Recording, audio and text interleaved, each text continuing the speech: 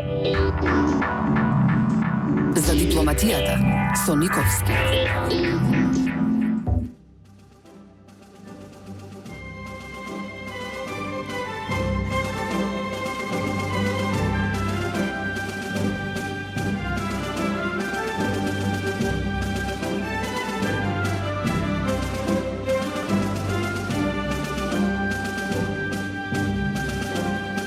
Добро вечер. Повторно сме со емисијата за околу дипломатијата и повод, ако сакате, контекст или предизвик за денешната емисија е овогодишното обраќање на председателот Иванов до македонската јавност, која се случува овие денови во собранието. Таа пракса не е наша, не е измислена од нас, тоа го прават скоро сите председатели во земјите во светот, меѓутоа ова што нас ни се случува, го видовме на убав начин во собранието, повторно бојкот, повторно отстатни партии, така да не подценувајќи и не минимизирајќи го оно што светот ни го прави нас и сите овие голготи кои ги минуваме точно заради една неприфатлива политика на главните светски фактори према нашата држава, меѓутоа нашата вина е исто така присутна. Ова што се случи во собранието значи непочитување на институциите на државата, а тоа е едно директно, свирепо, бескрупулозно рушење на самата држава. Меѓутоа, председателот чинам на еден доста балансиран начин овој пат ги прецизираше своите оценки за состојбите во државата, за проблемите со кои сме се очувани. Исто така улогата на Брисел, Вашингтон обично по обичај се избегава да се спомне. И го дела мислењето на одредени аналитичари дека неговото обраќање овој пат беше побалансирано од обично, бидејќи кога ја се обидуваше да ја дефинира кризата, не одвојуваше никакви партии, туку ги стави сите во еден кош, што е факт, мислам, и неспорно е. Знаете, одговорноста за секоја држава носи власта, меѓутоа не сме да се подцени улогата на опозицијата и незиното однесување, кое може да биде конструктивно или неконструктивно. Во нашиот случај имаме една ситуација кога власта веројатно требаше поагресивно да ги брани некои национални интереси, да гради некој диалог и да гради некој консензус во земјата, меѓутоа ако другата страна не е спремна за такво нешто, нема слух за такво нешто и игра на други карти, тоа тешко се постигнува. Меѓутоа, основното мора да биде дека тие обиди, тие напори да се дојде до некој заеднички именител, мора да бидат секојдневно присутни на политичката сцена и да ги чувствува секој граѓанин, па знаете, во процесот на размислување и тие што имаат поинакви политички определби, еден ден ќе сватат да се порано не така не подоцна, ќе сватат дека ова што се случува и ова со што сме соочени предизвиците и днината која е доведена во прашање, нели така, треба да не загрижат, треба да не освестат и треба да не стават во една конструктивна позиција каде државните национални интереси ги бидат пред се. Јас би издвоил три главни точки на излагањето на председателот, подоцна ќе изнесам едно несогласување со една негова прилично важна оценка. Значи, трите главни столба на кои го постави своето излагање председател беше нефункционалност на државата. Значи, ова што ни се случува го стави во еден потполно точен контекст и кога го размислуваме тој негов прв заклучок, нели така, се враќаме на 2001 година, кога војната не успеа, за живо чудо, и кога дојде Охридскиот ранковен договор, чија основна цела, кога го гледате малце длабински и го оцените од повеќе аспекти е, де факто преку Бадентер, преку промена на односот на силите во државата, таа полека да станува нефункционална и еден ден да се покаже како нели така непотребна, бидејќи она што не функционира нели така е погрешно, неприфатливо и бара надминување. И кога зборуваме за нефункционалност на државата, тој првиот столб на излагањето на председателот Иванов, да кажеме и тоа дека таа нефункционалност на државата се сведе од Охрид на договор на племенски некакви поглавици, односно шефови, надвор од уставот, надвор од институциите на државата. Тогаш, како што се сеќавате сите, 4 племенски водачи подпиша некаков договор во Охрид, кој беше обврска за сите нас, за пратениците, за граѓаните, за сите институции во државата, не и така, да го менуваат уставот и слично. И дека тоа не беше случајно, имаме најдиректна, најјасна, највидлива потврда сега во и околу Пржино, кога се користи истиот модел, истиот начин на извлекување на државните функции од незините институции и ставање во рацете на некакви племенски шефови, поглавици, или како ги наречеме. Знаете, целта на таквиот маневр, не само што не е случајна, не само што не е нешто, да речеме, добронамерно, него напротив, целта на тоа значи изедначување на мнозинството и малцинството. Демократијата се базира на одлучување на мнозинството. Со тоа што тоа мнозинство мора да води сметка и за интересите на малцинството. Тука има некои механизми, некоја добра волја и слично, да тука се најде некој разбирлив и разумен начин на вклопување на интересите на сите.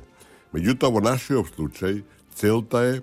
да се минимизира мнозинството, да се маргинализира истото, а тоа е македонскиот народ, како што знаеме сите, и да се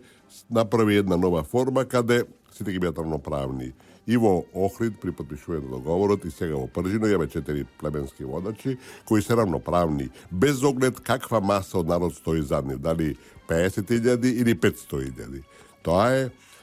манипулација, една невидена, една намерна манипулација, со тоа што, ако се вратиме на основниот елемент на нашата криза, односно на голготите низ кои вориме 25 години, е неприфаќањето на македонскиот народ, обидот да се затвори македонското прашање, да се прекрсти македонскиот народ, разнебити, и на тој начин е така да создадеме една нова клима, нова балканска реалност со сите нови елементи. Ова, значи, е точно во таа иста насока, значи тоа сценарио и тој мозаик како го гледаме од почетокот на 90-ти години до денес, скоро е лесно и без напор можно да ги одредите стенде чекори, бидејќи правецот е силно зацртан, трасиран и сега се работи само за нови елементи, за нови тактики, за нови механизми, како да таа основна цел бришење на македонскиот народ да се постигне. Значи, ова нефункционалност на државата, која нагласи со сета седина председателот Иванов, ја покажува основната траса на решавањето на така нареченото македонско прашање, решавање во наводници, односно, поточно кажано, неговото затворање. Вториот момент, елемент, столб на излагањето на председателот Иванов беше нашата марионетска улога, односно целосна зависност, поготово на одредени политички субјекти во земјата од странскиот фактор. Тоа е единствениот начин како тие од надвор кои не така диригираат, менаџираат, испроведуваат своја политика, своји интереси, ќе постигнат најлесно ќе постигнат својата цел. А при тоа не се има скрупули, се користат сите возможни начини да политичките сили во земјата станат зависни од нив и од нивните интереси и да постапуваат како што тие наметнуваат. Некои се борат за власт и сметаат дека странскиот фактор е единствениот што може да им помогне и при тоа нели така го имаме Пржино, го имавме Охрид порано, кои пред малце ги елабориравме. И денес, односно не денес, него во последно време ги имавме, последните неколку години, ги имавме прислушувањата. Како можете да некого ставите во зависна позиција, освен ако не користите нелегални начини, да видите што размислува, не што прави и што зборува, туку и што размислува. Тоа се нелегални начини, нелегални методи, кои се осудуваат, кој е криминал во целиот свет, само во случајов кај нас, тајните служби кои тоа го прават, нели така, најдуваат на една поволна клима, прифат од одредени политички сили и тоа се прави на голема врата и се доведува државата во една безизлезна ситуација. Од друга страна, при албанскиот фактор, бојкотот на председателот, односно барањето на консензуален председател, е негирање на институциите на државата, негирање на уставниот поредок на државата и де факто зборува за една федерализација која на еден или друг начин се наметнува, сега нагласено преку Пржино и обидите за некаква ревизија на Охридскиот договор, која ја прават така некакви странски платеници и да зборувајќи за улогата на одредени политичари од овој албански фактор, кои излегува на површина преку војната во 2001 година и која се реализираше, сме зборувале повеќе пати, се да повториме, се реализираше токму преку користење на албанскиот фактор од Косово, подоцна и во Македонија, за да се разбие оваа држава и да се затвори македонското прашање. Сега само да повториме дека војната во 2001 година ќе беше невозможна ако не беше Косово 1999 година, ако не беше американскиот фактор тамо и ако не беа американските интереси на Балканот, кои се сконцентрирани на партнерство, соработка и со албанците во регионот и за таа цел за возврат ја прават без никакви скрупули, ја реализираат големо албанската опција или албанскиот проект. Тоа Косово го потврди и сега се што се случува Македонија и изедначувањето на тој албански фактор во земјата со македонскиот, кој отприлике 3:1 во однос, значи на тројца македонци има еден албанец во земјата. Јас не го подценувам нивното присуство, учество и граѓанство во Република Македонија, него напротив, мислам дека овие елементи кои зборуваат за некакви големо албански амбиции, кои без скрупули се спроведуваат сите овие години, да бидеме јасни, особено по 2001 година, тоа се знамињата на 30 метри во одредени делови на земјата, значи користењето, нелегално користење на знамињата, прекрстувањето, градењето на споменици и слично, кои имате една единствена цел да се тоа, нели така, на некој начин одомакини, а сега се сведува на улогата на албанскиот јазик, бидејќи да не забораваме, од унитарниот карактер на земјата прогласен, прокламиран во Охридскиот рамковен договор, што беше една од ретките позитивни аспекти од македонска гледна точка, нели така, во тој договор, полека, ама сигурно се релативизира и се наметнува, нели така, некаква двојазичност во целата земја, која сега се бара и отворено, се зборува и наметнува некаква федерализација и слично. Ние спомнавме сега само да повториме дека разликата меѓу сегашната позиција на албанците во државата и некаква федерализација е само во правото на отцепување. Ништо друго нема. Поинаку затоа што човековите права, слободи и слично, рамноправноста не се постигнува преку федерализација, него само преку поинаква примена на законите, кои во нашата држава се нели така апсолутно еднакви за сите. Нема ни една заедница, ни група луѓе која е подценета, ставена во инфериорна позиција. Напротив, сите имат исти права и дури имаме еден систем на, како би рекле, прокламирање на легална неравноправност, која има и позитивни аспекти. Порано тоа беше преку запишување на албанците на факултетите, кога потребниот број на поени беше помал од другите, што беше, според мене, позитивно, бидејќи имавме една диспропорција во образованието високо на албанците. И денес, нели така, имаме рамковни вработувања, имаме еден криминал кој има колку 1600 вработени формално во секретаријатот за реализација и имплементација на Охридскиот договор, кои не работат, а примаат плата, што е неприфатливо, криминал, невиден и слично. Меѓутоа, велам, во тој систем на поголема акомодација, поголемо вклучување на албанците во институциите на системот е потребна соодветна политика, бидејќи е факт дека на времето порано не беа тие адекватно присутни и нема своја улога во добар дел во системот. Меѓутоа, не треба со еден криминален начин кој е неприфатлив. И кога зборувавме за 2001 година и за таа улога на меѓународниот фактор во рушењето на државата, само да го повториме на факт дека тоа најдиректно, најконкретно беше докажано и покажано со 17 американски инструктори кои беа најдени во Арачиново, бидејќи ако тие беа тамо, ако МПРИ тогашната која беше и во Скопје и во Приштина го менаџираше, тој судир и го раководеше во интерес на другата страна, овие 17 лица затекнати во Арачиново покажа целата вистина околу тој судир. Значи, таа наша зависност од меѓународниот фактор, на која со право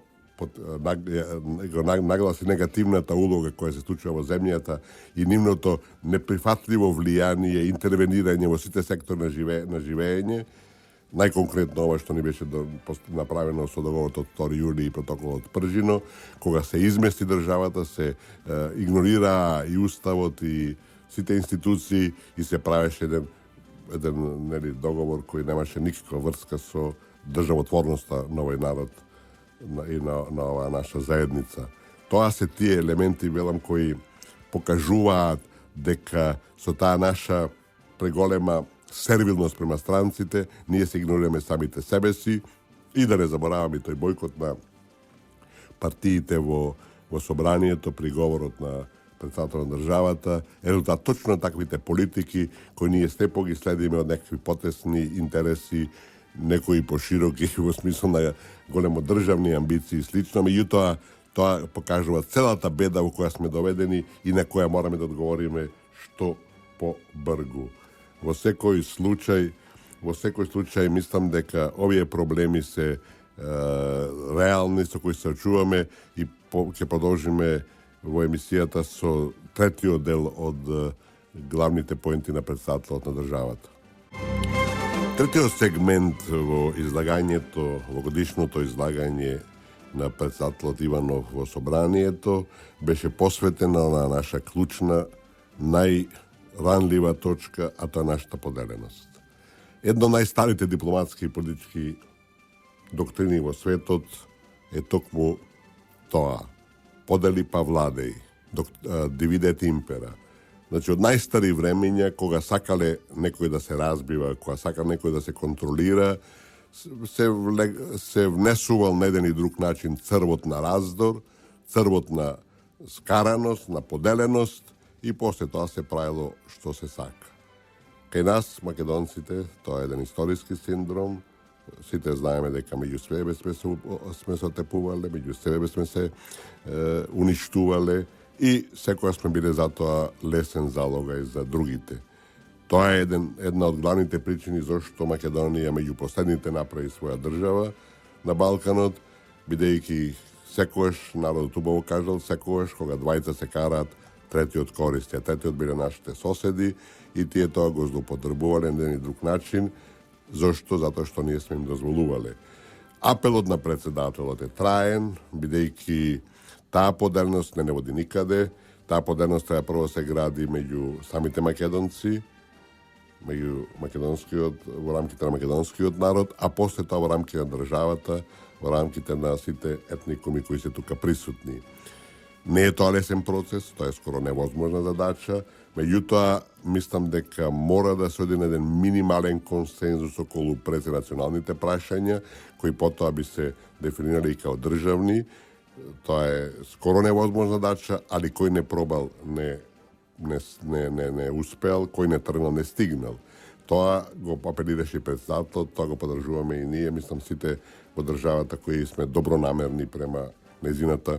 иднина. Ако тоа не биде постигнато, последиците ќе бидат сериозни. Времето не работи повеќе за Македонија. Ние имавме еден период меѓу привремената спогодба подпишана во 1995 година и 2008 година, додека таа нивна позитивна политика во тој период, да ја наречеме, ето така со одредена резерва, позитивна политика во однос на Македонија, кога ние го искористивме тој период на релативен мир и релативно без некакви големи турбуленции, да успоставиме дипломатски односи со нашето уставно име со 130 и нешто држави, со што ја зајакнавме сериозно нашата позиција. Се до, велам, од 2008 година, кога главните фактори пред се Вашингтон свати дека со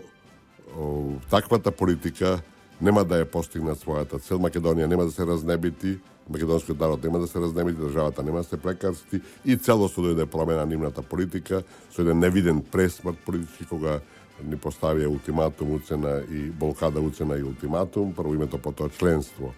Значи, сето тоа во голема мерка се должи на нашата домашна поделеност, на одредени политички сили во македонскиот блок чии интереси се сведуваат на личните и политичките, а не на националните државните. Стануваат тие марионети во туги раце, прават што другите ќе им кажат. Тоа имаме слична ситуација, како што и веќе рековме, во албанскиот блок. И тоа не води само до еден неповрат, кога ќе бидеме свесни дека капитулацијата е неизбежна и дека мораме да се откажеме на што ни е најсвето, тоа од своето име како држава и својот национален идентитет. Тоа се тие три основни елементи, столбови на неговото излагање. Четвртиот, кој јас не би го нарекол четврт, меѓутоа додатен или сериозен и значаен е критиката на меѓународниот фактор во односот према Македонија и при тоа имам наум што се случуваше све од 90-те години, почетокот од Обединетите нации, игнорирањето на повелбата, уставот, неизин при примат на Македонија, привремената спогодба, 2008 година, 2001 година, војната, 2008 година во Букурешт, 2004 година при административната подела на земјата и слично, до сегашнава криза. Така да, сите тие елементи покажуваат дека ние како држава сме жртва, велам, не подценувајќи уопшто нашите грешки и наша недоследност, а некој што ако сакате недометност, како што овие блокади, односно бојкоти на собранието, на изборните резултати, на председател на државата, не подценувајќи ги уопшто тие наши грешки, мислам дека улогата на меѓународниот фактор, политиката која спроведува, беше таа клучната која не доведе на ова дередже. И председателот Иванов, тоа мора да му се признае, во последно време, макар нагласено, преку настапите во Обединетите нации и на слични настани, конференции и средби, е отворено, директно критичен на тие политики, што мора да се почитува и да се признае. Меѓутоа мора да се каже нешто, дека во тие политики се оди на една оценка на Брисел, критика на Брисел и на Атина, и во тој контекст се избегнува спомнувањето на Вашингтон, а не треба да има никакви сомнежи дека е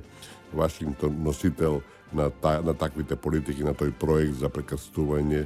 и за разнебитување на македонскиот народ. И кога зборуваме, овој дел би го затвориле со едно несложување со ставите на председателот, кој, велам, во своето излагање, тоа е мисла која повеќе пати ја потврдува и овој пат беше нагласена, кога вели дека главна причина зошто Македонија е блокирана е грчкото вето. Тоа никој не може да го спорува, заклучува нашиот председател, а мислам дека сведувањето на нашите голготи на грчката политика е несоодветно, нереално, бидејќи Грција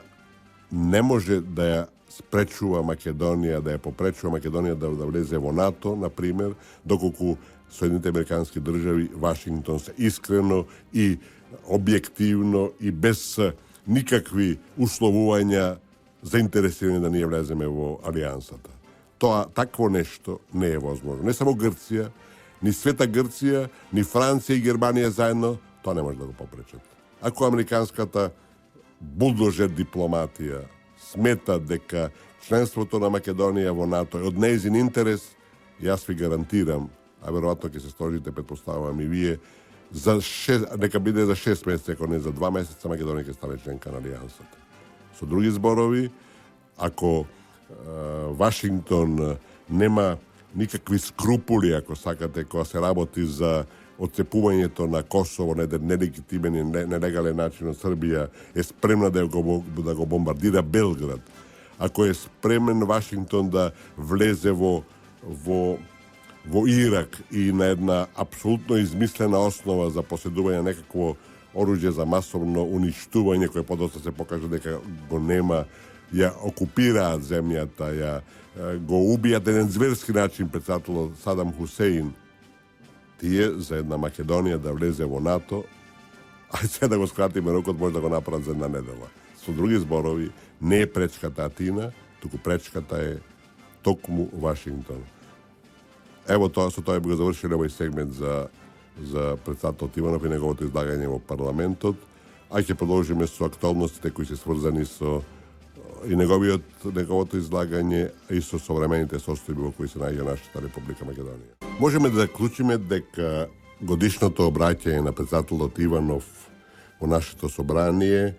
на еден пластичен, директен и отворен начин ја дефинираше позицијата во која се наоѓа нашата држава во овие кризни моменти, причините зашто е тоа така и даде една солидна, би рекол, оценка на неприфатливите, односно осуда, ако сакате, на неприфатливите политики кои меѓународната заедница ги води према нашата земја. Зборувајќи за тоа, мораме да прецизно, јасно и конкретно заклучиме. Ние, како држава, ова што сега доживуваме и ова една длабока, една криза која го тресе општеството наше во сите негови основни столбови, е резултат на нашата неспремност да се откажеме од самите себе, да прифатиме прекастување на државата и разнемитување на народот. Тоа е финален еден процес кој трае веќе 20 и скоро 25 години и кој е резултат на интересите на странските главни фактори во чии регионални планови, концепции, визии Македонија како таква не се вклопува. Зошто е тоа така? Тешко е да се одговори. Меѓутоа, има доста елементи кои отвараат макар правци на размислување зошто е тоа така. Да не забораваме дека македонското така наречено прашање е актуелно од прилike 150 години. Дека тоа е некаков, односно Македонија, македонскиот народ е некако јаболко на раздарот на Балканот. Бугарите велат дека ние сме бугари, грците велат дека нема македонци, србите велат дека црквата е нивна, албанците имат аспирации внатрешни, ако не за целата држава, барем дел неизин да го отцепат, да го вклучат во голем албанскиот проект, кој велам албанците, тоа не значи дека сите, народот албански е кој живее во земјава е во основата лојален, се сака својата држава, меѓутоа има политичари со такви аспирации. Со други зборови, Косово, која вчера завчера стана држава, исто така сака да ни држи лекции и води една политика на сеалбански план, што е разбирливо, бидејќи сме рекли да повториме со независноста на Косово, голем албанскиот проект е макар 70% остварен. И велам, во тие размери, очигледно дека на Вашингтон, во неговите концепции за регионот, при поставувањето на едно долгорочно партнерство со албанците, кое настана, да бидеме прецизни, во моментите кога главен душман и непријател на Балканот беше Милошевиќ, српскиот вожд, и во таа ситуација, нели така, кога единствени кои се бореа против Милошевиќ беа албанците, и така настана едно партнерство базирано на интереси, кое ескалираше во 99-та година со војната, бомбардирањето на Белград, следеше во 2001 година, и сега тоа продолжува со тоа што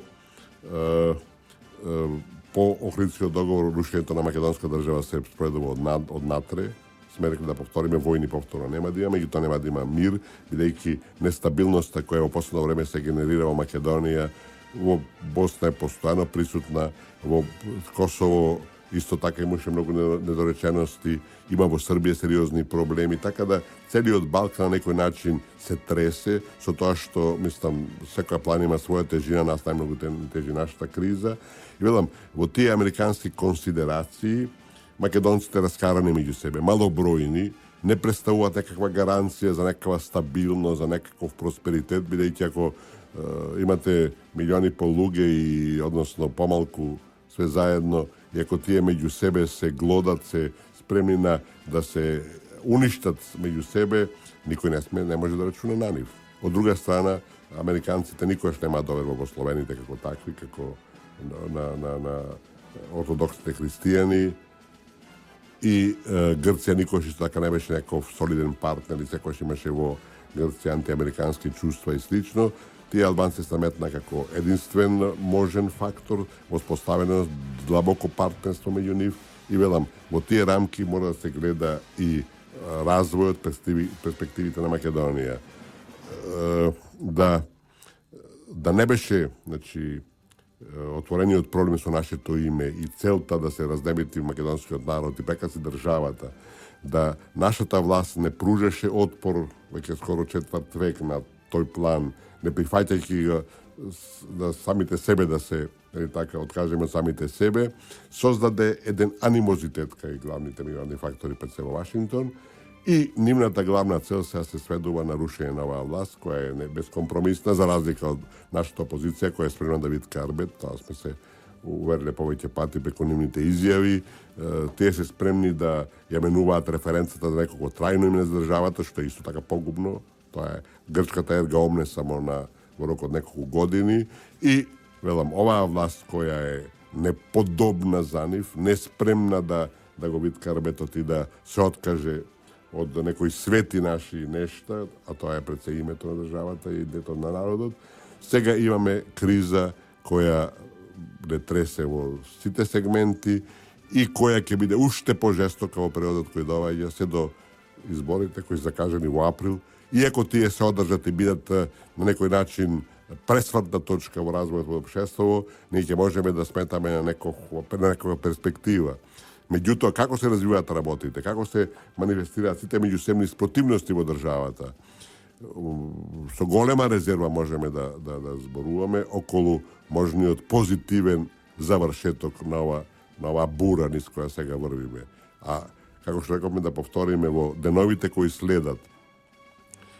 се до отприлike помалку 4 месеци, се до изборите во април, ќе имаме жестоки моменти, ќе има измислени подметнати афери, ќе има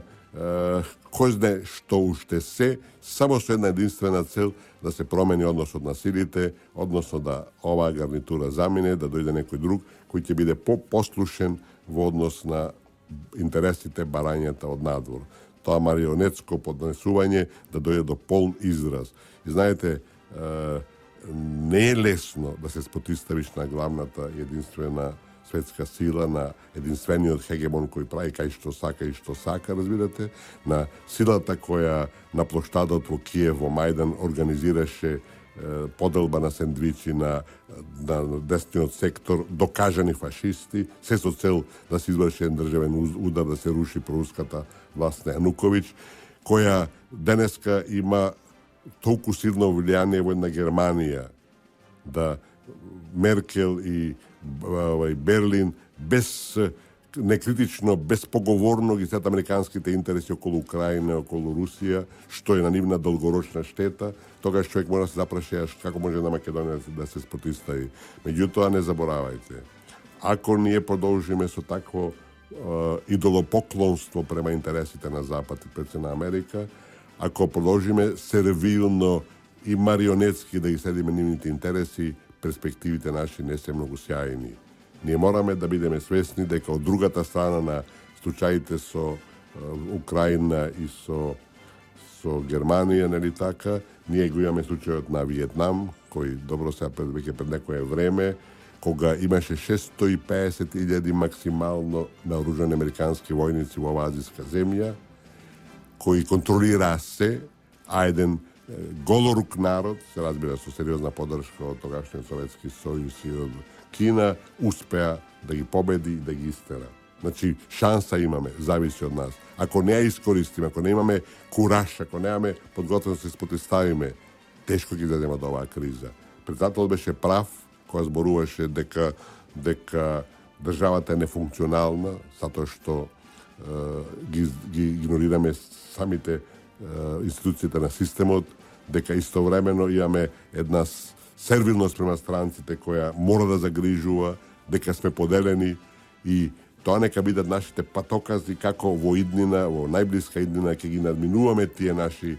проблеми и предизвици и ќе излеземе како победник, бидејќи во спротивно ситуацијата само ќе се влошува и ќе биде во прашање само денот кога ние ќе капитулираме со сите последици, бидејќи ако го нема македонскиот народ, не заборавајте, македонската држава ќе биде непотребна. На крајот од денешната емисија ќе се осврнам на нешто лично кое всушност не е такво. Се работи за синоќашната промоција на мојата последна книга, чиј наслов е "Клучот за името е Вашингтон, не во Атина". Книгата е посветена на овој проблем, иако во неа се обработени и теми од балканските политики, односот на Бугарија према Македонија, албанското прашање, албанските политички сили во земјата и во регионот, односите меѓу Русија и Америка и рефлексите врз Балканот, светската економска криза, Европската унија и незината перспектива. Јас сум го спомнал тука и сега ќе повторам дека Европската унија и еврото се цивилизацијски достигнувања и дека нивно бришење не е возможно, не е ничи интерес, меѓутоа и тие ќе минуваат разни фази на развој. После се што случуваше последниве години, тие мора да се променат во многу што реформираат, така да она што беше веќе никогаш нема да биде. Меѓутоа, велам, обстануваат и нашата ориентација према нив не е спорна. Книгата, меѓу другото, се обидува да даде една прецизна анализа што ни се случува, каде се корените на истата и што е тоа што ние треба да го направиме за да излеземе, за да ги надминеме тие предизвици и проблеми и да обстанеме на крајот од краиштата. Сега ги прочитам еден дел кој е многу актуелен, краток текст, краток цитат од оваа книга, бидејќи и пред малку зборувавме, кај нас има еден страф, една неподготвеност да се посочи прстот на, не да речам виновниците, ама на предизвикувачите на ова што се случува.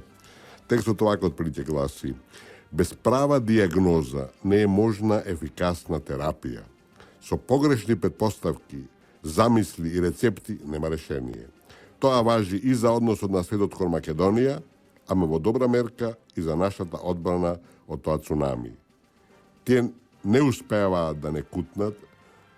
зашто го сакаат невозможното, ама и ние, сите овие 25 години на самостојност, немаме прецизна дефиниција што ни се случува.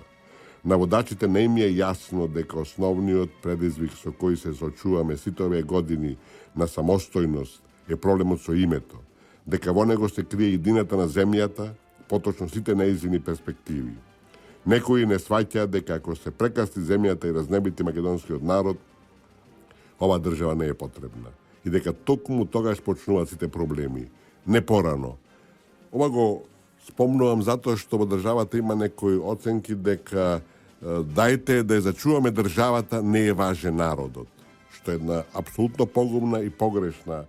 предпоставка и поидобна основа, бидејќи ако не е македонскиот народ, ние во уставот ставивме нели така дека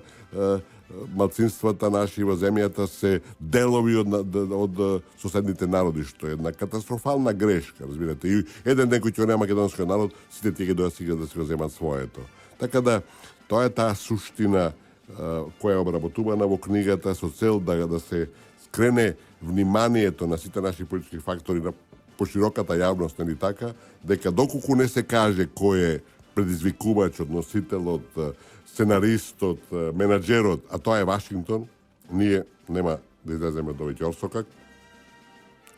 А пред малку, коментирајќи го излагањето на председателот, рековме дека тука мора да бидеме многу попрецизни, многу појасни, бидејќи велам во спротивно, опасноста од наше само уништување е голема и тоа мораме да го спречиме. Македонија ќе успее, да бидеме сигурни, да бидеме убедени. Меѓутоа, дали тоа ќе го реализираме во рокот една година, 5 години или 15 години е многу клучно, бидејќи рековме дека нашата вкурна позиција слабе и ако тој период предолго трае, ние еден ден сами се од себе развој да настаните и ќе покаже дека веќе не можеме да обстанеме. Значи, ќе се дојдеме во една безизлазна ситуација, кога веќе нема да имаме никаков маневарски простор и ќе мораме да го голтаме тоа што ни го наметнуваат, а тоа, како што рековме, да повториме, апсолутно не е во интерес на македонскиот народ, не е во интерес на мирот и безбедноста на регионот и не е во интерес на главните светски фактори, вклучувајќи го и Вашингтон и Брисел, бидејќи тие не согледуваат дека уништувањето на македонците не е возможно без некоја поголема војна, пострашна од првите две балкански војни на почетокот на минатиот век, и тоа ќе води во пораст на цела Европа и на целиот свет. Тоа нема да се случи, велам, и благодарејќи на тоа Македонија ќе опстане и ќе биде еден позитивен пример во регионот. На крајот, како е обично, апелот кој е неизбежен, кој може би станува помалку досаден, али мислам дека мораме да го прифатиме тоа како нешто неизбежно, а тоа е да купуваме македонски производи. Само така ќе помогнеме на оваа држава да обстои и да биде просперитетна. Минатиот пат спомнавме дека тестирајќи во разни кафеани и други устилски објекти, секаде има узо, нема наша мастика, што го покажуваат, дава една јасна кристална слика нашиот однос према самите себе. Прашувајте вие кои ќе бидете на такви места дали имаат мастика, и ако немате намера да ја пиете, само да проверите и да им скrenете внимание дека тоа е неодржлива ситуација. И на крајот една мудрост. Ќе оцитираме американскиот председател, че ние не сме антиамериканци, напротив имаме најубави чувства према све што е врно во светот и во Америка, вклучувајќи нивните поранешни председатели, кој рекол: мораме да ја планираме иднината. Луѓето кои стануваат во сегашноста потсетуваат на минатото. Тоа точно важи за нас, почитувани, затоа што ова што се ни се случува кога не ја планираме иднината, бидејќи чекаме некој од надвор да ни донесе некој добробит и некој решение, ние де факто се враќаме во минатото, кој за македонците никогаш не било сјајно. Ви благодарам на вниманието, се слушаме за по некое време, бидејќи претпоставам следниот пат за околу година ќе имаме посебна програма. Трговско радиодифузно друштво Радио Слободна Македонија, уредник и водител на емисијата Ристо Никовски. Датум на продукција 24 декември 2015 година.